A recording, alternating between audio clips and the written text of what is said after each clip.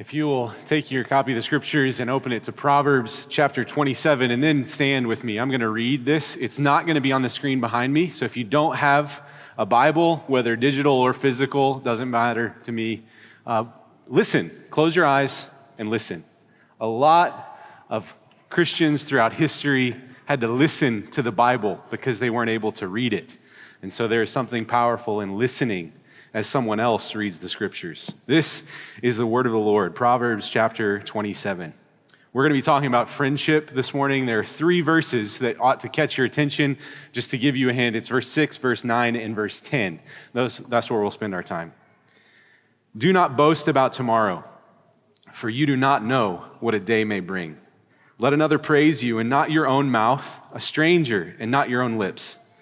A stone is heavy and sand is weighty, but a fool's provocation is heavier than both. Wrath is cruel, anger is overwhelming, but who can stand before jealousy? Better is open rebuke than hidden love. Faithful are the wounds of a friend. Profuse are the kisses of an enemy.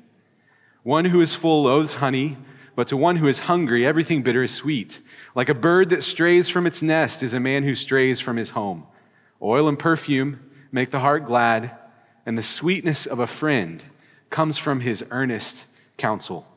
Do not forsake your friend and your father's friend, and do not go to your brother's house in the day of your calamity. Better is a neighbor who is near than a brother who is far away.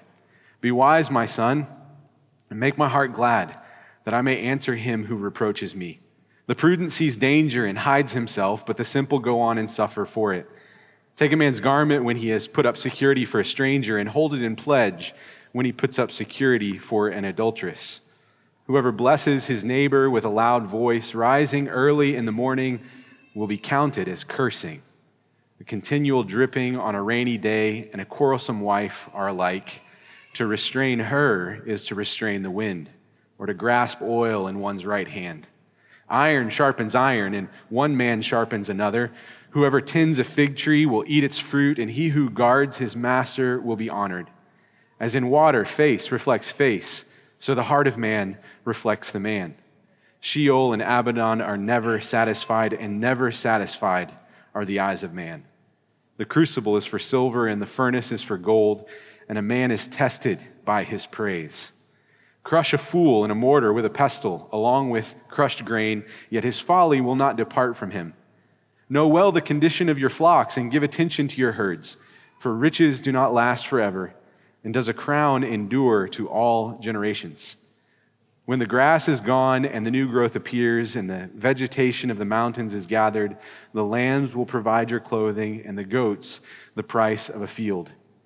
There will be enough goat's milk for your food, for the food of your household, and maintenance for your girls. This is the word of the Lord. You can be seated. I'm going to ask a question. It's not a rhetorical question. That means that I actually want you to answer the question. Preachers can be well known for asking rhetorical questions. They already have the answer in mind. I do have an answer in mind, but I'm curious what comes to your mind when I ask you the question, who do you think of as epic examples of friendship in history or in literature or in movies or in children's books even? Who comes to your mind as an epic example of friendship? You can just shout it out. You don't need to raise your hand. Okay, Frodo and Sam. I knew I was going to get that. I mean, in my mind, it was like top 5. Like someone is going to say Frodo and Sam. Okay, so no other friendships from Lord of the Rings. You could come up with that. But that's a good one. That's a good one. Any others? Oh, Anne and Diane. That came to my mind too. Bosom friends, soul friends. That's Anne of Green Gables. That's great. That's a great one. Another one. David and Jonathan, that's great. He's going to get some airtime today. Who else?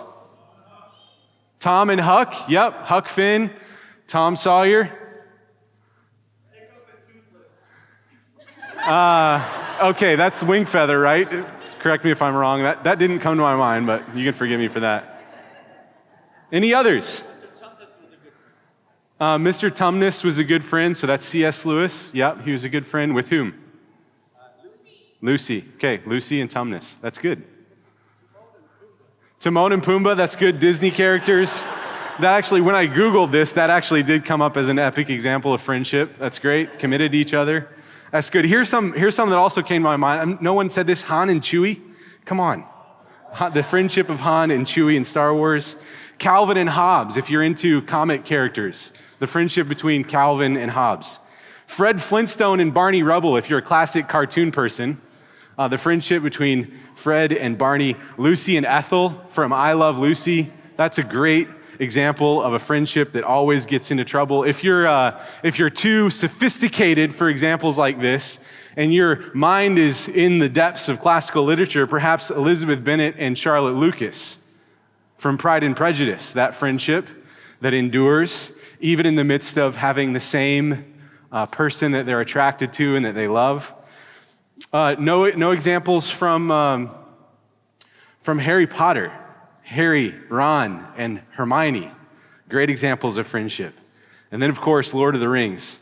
In the midst of all of these examples of friendship, in the midst of reading books and stories, in the midst of watching friendships on TV and in movies, you can realize very quickly that friendship fills the storylines of our world.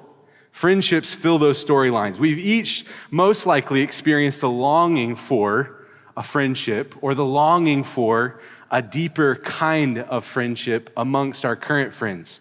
And I think it's a safe assumption because I've experienced that kind of longing myself. And I've talked with many of you, some of you, and I know that you experience those kinds of longings. And even there are books that are being written currently, like Vaughn Roberts' True Friendship and Christine Hoover's Messy, Beautiful Friendship. And in each of those introductions to the books, they talk about this common resonance with a desire for friendship shared amongst their friends and shared amongst their church family.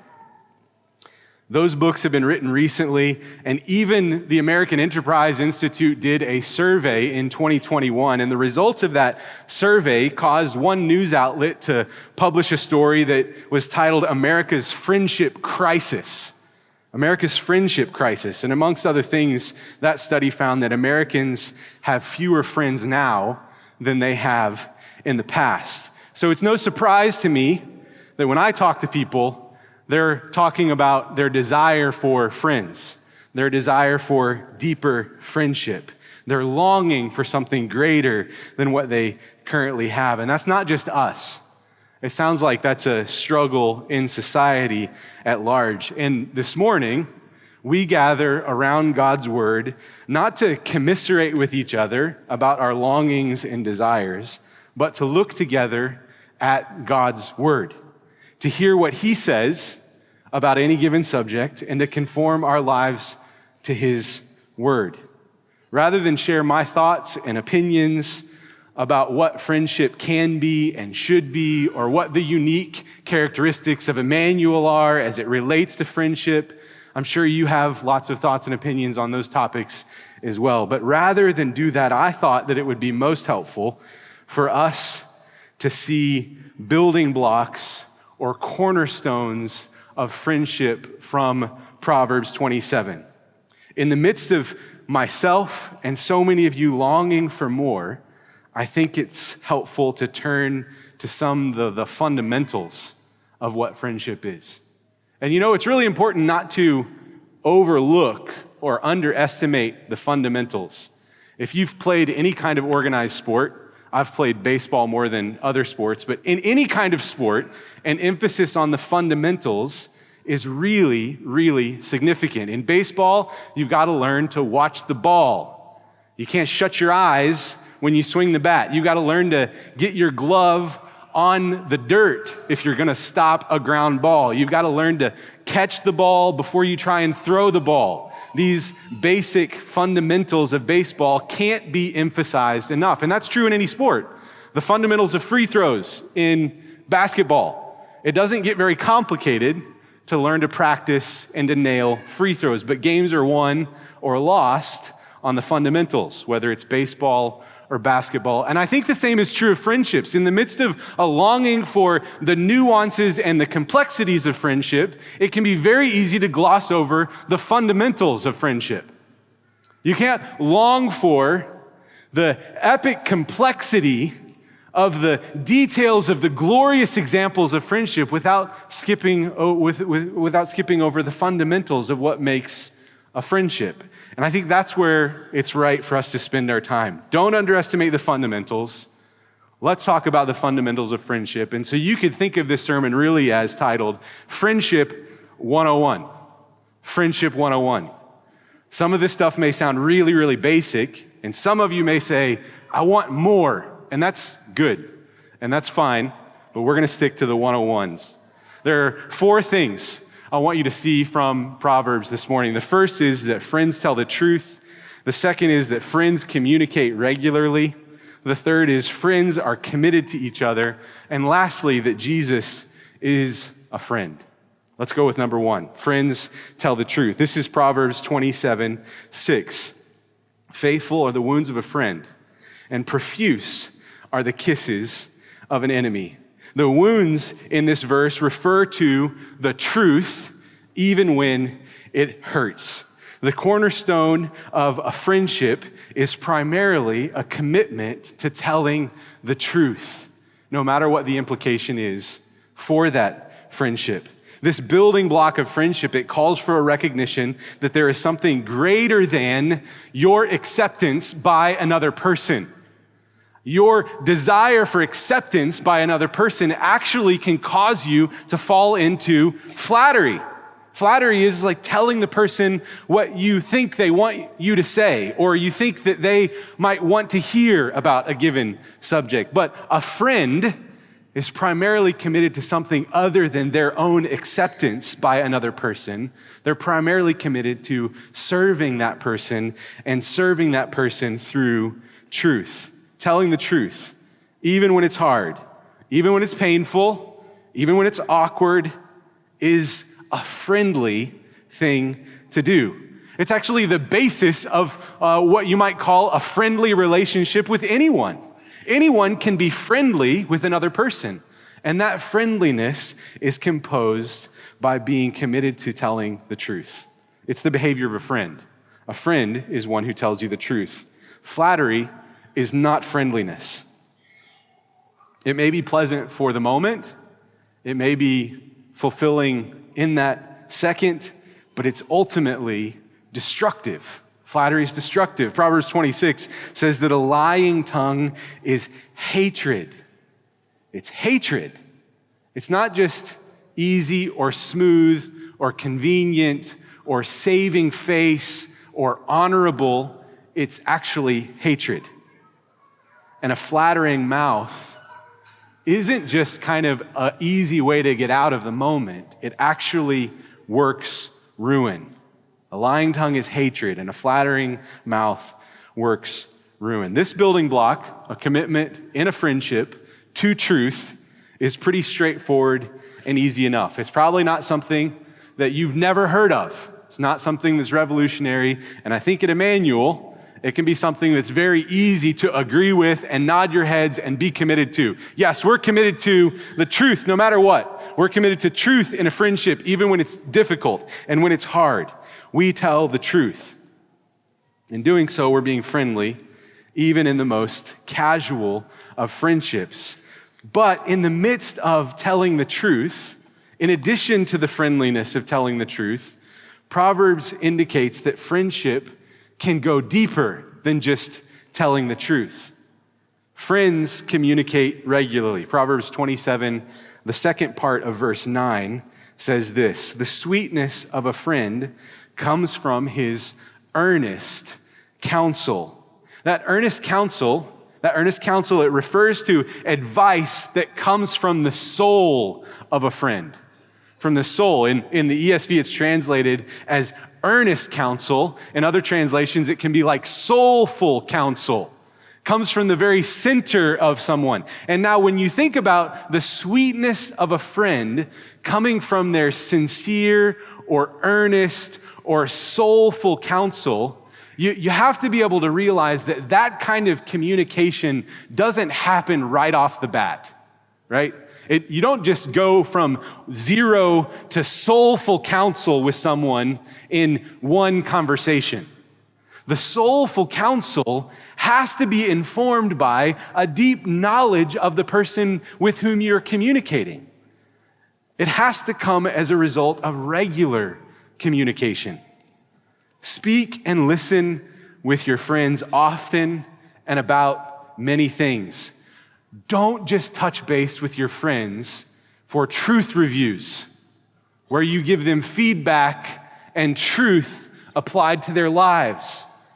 Share conversations that range broadly and topics that cover all the diverse situations and joys and experiences and trials and griefs of your varied lives.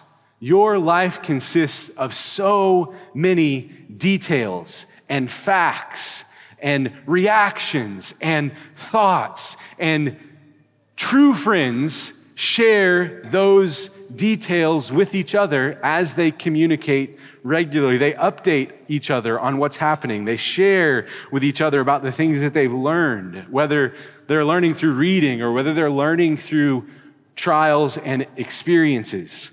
Catching up really is a great phrase that describes how friends speak with each other about so many different things. You catch up. What's been going on? Tell me what's been happening. I want to catch up with you. It's a great phrase. Don't just ask soul care types of questions with your friends. Questions can vary about all different kinds of circumstances. Friends share common interest together. And those common interests mean that they enjoy the same kinds of subjects and topics. These common interests fuel long conversations that are engaging and thoughtful. And as Christians, we obviously share a common interest in the gospel, which shapes so much of our conversations, but we also have different common interests that shape different friend groups, and that is totally fine. UK fans are invariably going to hang out together. That's just the way it is. U of L fans are going to invariably be drawn to each other because they know who the potential starting lineup is, and they know who the recruits are for the team, and they follow the sports talk radio, and they know those details, and they love to talk about those details with other people who know those details. That's the natural gift of common interest that is kind of a backbone of communication in a friendship. And it's totally fine for there to be varying dynamics within a church this size of people who get along together and people who don't have a lot of common interests. We all have one common interest in the gospel, but there are varied other common interests. And those common interests ought to and should lead you to communicate regularly about our central common interest in the gospel and all the other varied common interests that we have together as human beings.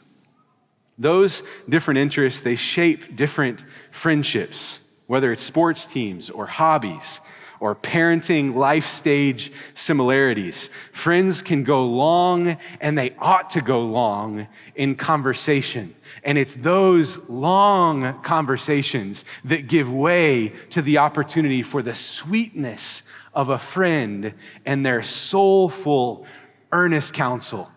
It comes from a place of, I know you. I know what you love.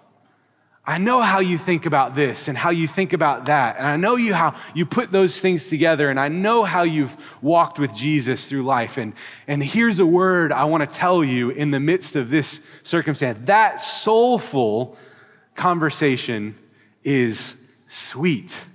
It is a sweet friendship. So speak and listen with friends often and about many things. Secondly, I want to encourage you to prioritize face-to-face communication. Prioritize face-to-face communication. In chapter 2 of his book, The Life We're Looking For, which I actually recommend you read, you can write that down or ask me later, The Life We're Looking For, the author Andy Crouch helpfully explores the significance of personhood and human development, recognition, and personal connection and technology in your face. This is kind of a weird way of ending that phrase. And your face. Here's a quote from an interview he did about the book. That babies arrive, and literally in the moments after birth, they open their eyes. And they can't focus their eyes. They don't have the muscles to focus, to adjust the focus of their eyes. But their eyes are built to focus if they're a normal-sighted baby. 6 to 8 inches away, which is exactly where a baby is when the mother is holding the child. And when a baby sees a face, you can see it on their face. They pay attention. They focus on it. And then studies of this show literally, neurologically, you're more like lighting up. Your brain is ready to see a face the moment you're born. So I start the book that way because I want us to keep in mind, what we most need as human beings is this connection with other persons. We absolutely require it to survive. And I actually think it's something that is a bit in peril and in danger in our technological world, is so many people kind of miss out, whether early in life or later in life, on that recognition that we all need, essentially, face-to-face communication. It's not a preference. It's not just a casual desire. It's hard-coded neurologically as a human being that you must have face-to-face time even from the moment you're born in order to thrive. But it's not just neurological scientific studies that indicate the significance of face-to-face communication. We actually see this emphasis consistently in the Bible. In Exodus 33, Moses describes to us when he met with God in the tent of meeting that God spoke face-to-face with him as a man speaks with his friend. He spoke face-to-face as a man speaks to his friend. There's an indication that friends don't have mediators.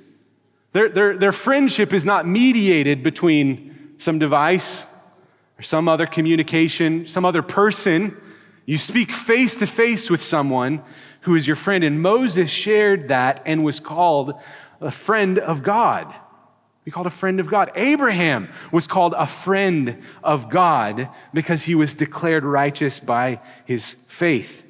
John in the New Testament, both in 2 John and in 3 John, says, I hope to come to you to talk face to face, and I hope to see you soon, and we will talk face to face. John wasn't content with just writing letters where his heart was articulated on the pages of a manuscript. He longed to be able to say something to his friends face to face. Paul says the same thing in 1 Thessalonians 2. We endeavored the more eagerly and with great desire to see you face to face. And in light of what we know about neurological reactions in babies and the necessities of face-to-face communication, human development, you can see how this is not just an apostolic preference that's just a pastoral care dynamic between these writers of the scriptures and their desire to teach people face-to-face. No, it's a reflection that we're made in the image of God. That in order to really know one another and communicate with one another, there are dynamics beyond words in the way that we understand and hear. There are nuances of facial expressions.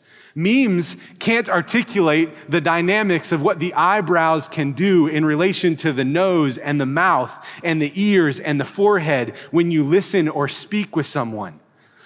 Someone said that the eyes are the windows to the soul. And when you see face to face with someone, you're able to have that soulful kind of communication that is earnest and is sweet.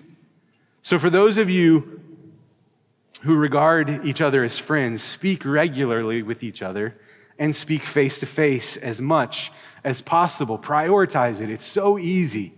It's so easy to just connect casually or in passing, or superficially through technology and social media. But prioritize face-to-face communication as much as possible. Doing so will strengthen and deepen your friendships. Don't spend more face-to-face time with your phone than you do with your friends.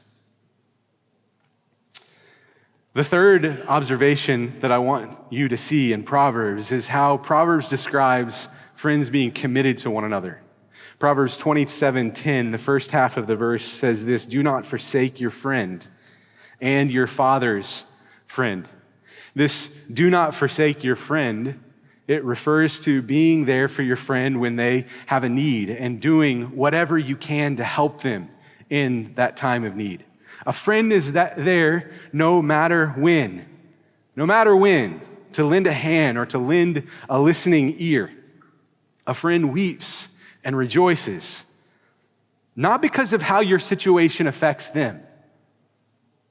They weep and rejoice. Their reaction to you is not because of the implications on themselves, but simply because of their love for you and their participation with you in your own experiences. Do not forsake your friend. Be there for your friend. Now, this next phrase, or your father's friend, kind of threw me for a loop as I thought about it. This, I think, refers to the multi-generational depth that some close friendships can reach. Before really thinking about this verse, I'd never really thought about how any multi-generational dynamics could affect my friendships. As a Western individualist and an American, which has a lot of benefits in philosophy and you're thinking about life, it also has some real clear downsides. I'm used to making my own way. I'm used to having my own dreams. I'm used to relying on my own friends and being careful on which friends I make, regardless of who my parents are or regardless of what my parents think in many ways. But this passage clearly states that I and that we have an obligation to the friends of our parents. These closest of friends are the ones you perhaps knew as you grew up. They spent lots of time with your parents. You may have even thought that they were family because of how much time they spent in your home or how much time you spent in their home. You may have even referred to them as aunt or uncle, even though they weren't a blood relative. Perhaps they came through the front door freely and helped themselves to the fridge or the pantry. These friends of your father and your mother are the ones I think that are mentioned here. 1 Kings 12 actually tells us the story of King Rehoboam and his folly in rejecting and neglecting the friends of his father, King David. Your father's friends give access to a broader spectrum of wisdom and experience. And even applying this from last week, your access to and knowledge of and ability to draw from the wisdom of gray heads ought to extend in your thinking to the friends of your parents. What friends were there for your parents? Those friends are there for you. Don't forsake those kinds of friends. This multi-generational dynamic of friendship is a depth of friendship that is hard for me to comprehend, but wasn't hard for my friend who lives in Central Asia. He said, oh yeah, that's exactly how I got the house that I lived in, because I was visiting a friend who was at that moment visiting with a friend of his father in his home, and that relationship allowed me to gain access to this house that was available that I wouldn't have had available otherwise. He said, and that's commonplace in Central Asia, where friends of family are acknowledged and regarded with an obligation for sincerity and commitment and loyalty. And this means that our wondrously gracious God has given us an opportunity to learn from other cultures that do friendship, to use a casual phrase, so much better than we do as Americans. I think of our brothers and sisters from Afghanistan could teach you Americans way more about friendship than you could possibly imagine. And you ought to seek to learn from them, especially in this dynamic of the multi-generational commitment of friends. Don't just wait for your friends to grow old so that you can gain their wisdom. Access the wisdom of the friends of your fathers. These friends are the ones that you ought to be committed to, in addition to the friends that are of your own generation. In thinking through what the Bible teaches us about the basics of friendships here in Proverbs 27, I imagine that some of you are thinking about the details and the layers of friendships that you currently enjoy. And you're thinking to yourself, well, do I do that in this relationship? Or do I have that dynamic happening in this relationship? Or maybe even you're thinking of, man, I wish I had that dynamic happening in this, or I wish I had that kind of relationship. Many of you are thinking of yourselves in light of what I'm saying. And even more of you are probably likely thinking that the friendships you don't have, you wish you did have. That's been the case for me. That's been the case for me as I've thought about these things and read God's word are my friendships characterized by this? Man, I wish I had friendships like this, and I wish that these friendships were more, and I wish that I had what I don't have in relation to these things. We long for friendships because we're supernatural beings with eternal souls and flesh and blood bodies. We are made in the image of God, and we have the capacity for friendship, and we enjoy the depth of friendship. C.S. Lewis, he makes a very important and a really thought-provoking point in his chapter in his book, The Four Loves, which again, I recommend that you read that. The chapter is on friendship, where he's talking about friendship. And he says this: friendship is unnecessary, like philosophy, like art, like the universe itself, because God did not need to create it. So first off, if you find that thought-provoking, friendship is unnecessary, like philosophy. If you find that thought-provoking, good. Go read more of what he said. Secondly, in addition to provoking your thoughts, I'm wrestling with this. And that statement, I think that he means that we can say the existence of friendship and our longing for it is a unique testimony to the existence and the glory of God. It is a gracious, unnecessary, lavish gift for God to even give us the ability to have friendships. The beasts of the animal kingdom do not have friendships. They don't philosophize. They don't create works of art. We're created with the capacity and the built-in desire to make and enjoy friendships. As an aside here, just think about the marvelous world in which we live, that the triune God created for us. It's full of sunsets that vary. Every single sunset is utterly unique. It's full of fireflies that biologically and chemically light up. They generate their own capacity for light. And fireflies, in addition to lightning bolts, that can crack through the night sky and obliterate buildings and trees and even strike people. And some they fall dead in the moment. Others can describe the sensation of being hit with millions of volts of electricity. There's horses and there's magma-filled volcanoes. There's oceanic abysses in this world. There are tribes of people that have languages that vary as much as their cultures vary. And there's so many other gloriously detailed and beautiful and wonderful things about this world that all point to the glorious goodness and the existence of God, and friendships ought to be right in that list. That's the conclusion that I came to in thinking about this. Friendships are just as magnificent and wonderful as magma-filled volcanoes and fireflies. And they're totally unnecessary. God didn't have to give them to us. They're not necessary for procreation. They're not necessary for nurturing of children. They're utterly superfluous to the needs of the created order. And yet God gave them to us, and we enjoy them deeply, and we yearn for them significantly because God is real. Because he's real. Friendships testify to the existence and the reality of God's goodness and his existence. And so it's no wonder then that the good friends that we have are so meaningful and enjoyable to us.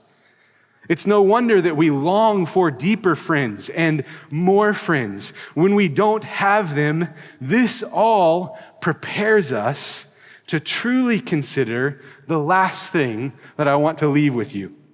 That last thing that I want to point you to is that the truest and greatest and deepest friend you could ever enjoy is Jesus. And that's not just a platitude.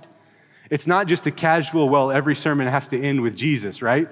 It's actually really, really profound. All the things that we've said up until this point really do point to the reality that Jesus is the truest friend. Whether you've enjoyed good friends in the past, whether you enjoy deep friendships now, or whether you long for more and deeper friends than you currently have, or even if you say, I have no friend in the world, I'm utterly alone. There's no one that I can speak to and share about my life. There's no one who knows the details of my life. No one asks me to catch up about my life. Even if you're utterly alone, there is a friend that surpasses and fulfills all of your desires. Let me just tell you honestly, your friends, no matter how great they are, those friendships fracture. They change. People move. They change their minds. They're not interested in the thing that they once were interested in, that you used to share such long conversations. They're over that now. They're on to something else. And now you don't ever catch up with them anymore. Those friendships will drift, and those friends will die, and they'll leave, and they'll be gone. But there is one friend who will not fracture or move or drift or change or even die. And that Jesus, when he came into the world, he delighted to be called the friend of sinners, even when people were perjuring him with that title. They thought they were dishonoring him by saying he was the friend of sinners, that he delighted to be around the outcasts and the unworthy, that he wanted to share meals with them, which in that context means he wanted to know about them and have conversations with them. He wanted to know about the details of their life. He was catching up with his friends, the sinners, and the Pharisees hated him for it. He doesn't just delight to call sinners his friends, he delights to call his followers his friends. John 15:15, he says to his disciples, I no longer call you servants, but I call you friends. He calls them friends. And if you look in John 15, he's especially saying that he calls them friends because he tells them the truth. He tells them the truth, and that is what Jesus does. He is the friend who tells the truth. He tells us about our sin. He tells us, for from within, out of the heart of man come evil thoughts. He tells us about his kingdom. He teaches us in the parables about what is coming, what cannot be stopped, what is coming in the world, and it is his kingdom. He tells us of his comfort. He says, come to me, all you who are weary and heavy laden, and I will give you rest. He doesn't just tell the truth, he is the truth. Is not that the primary building block of what a friend is he's committed to telling you the truth? Jesus will always tell you the truth. Jesus communicates with his friends regularly. In fact, we're united to him by faith. We don't just communicate with him, we commune with him. 600 years before Jesus walked the face of the earth, Aristotle described friendship as having one soul between two persons. Two persons sharing the same soul. That's what he described as a true friendship. That blows my mind because Aristotle lived 300 years after 1 Samuel 18:1 described the friendship of David and Jonathan in this way. The soul of Jonathan was knit to the soul of David, and Jonathan loved him as his own soul. The Bible describes the knitting together of souls in friendship as something that is real and possible in this God-created universe. And that kind of friendship, I wonder if Aristotle read 1 Samuel. I wonder if he was aware of what the Bible said about friendships and its possibility. The friendship between David and Jonathan is a fascinating foreshadowing of how the greater son of David, Jesus Christ, actually welcomes his friends into spiritual union with him by faith. Your soul is actually knit to your friend Jesus by faith. You are united to him by faith. Jesus Christ actually welcomes his friends, far greater than Moses, who spoke face to face with God as a man speaks to his friend. We believers in Jesus are united by faith. We don't have to go up Mount Sinai. We don't have to speak with him through the cloud and the fire. No, he's actually come near to us and befriended us in all of our filth and shame, and he's forgiven us all of our iniquities. He's earned all of our righteousness. And like a good friend, he promises never to leave us or forsake us. He communes with his friends. Do you know that Jesus actually did move away? But what did he say when he moved away? I'm coming back. I'm actually leaving to go prepare a place for you. And I'm coming back to take you to be with myself. And he's fasting from celebration until that day. Do you know that your friend Jesus longs for you to be with him just as much as you long for him to be with you? That's the kind of friend that Jesus is. He misses being with you physically just as much as you miss being with him. He longs for that day to come and take you to be with himself. That's the kind of friend Jesus is. He's committed. He will never leave or forsake. His death secured our salvation. His resurrection assured us of eternal life, and his Spirit is our guarantee that he is coming to us. Friends, this friend is the one friend all of your enjoyment of and desire for friendship points you towards. He is the one. The whole universe is bent on overwhelming you with the glory of God, and the glory of friendship is no different. Set the anchor of your soul.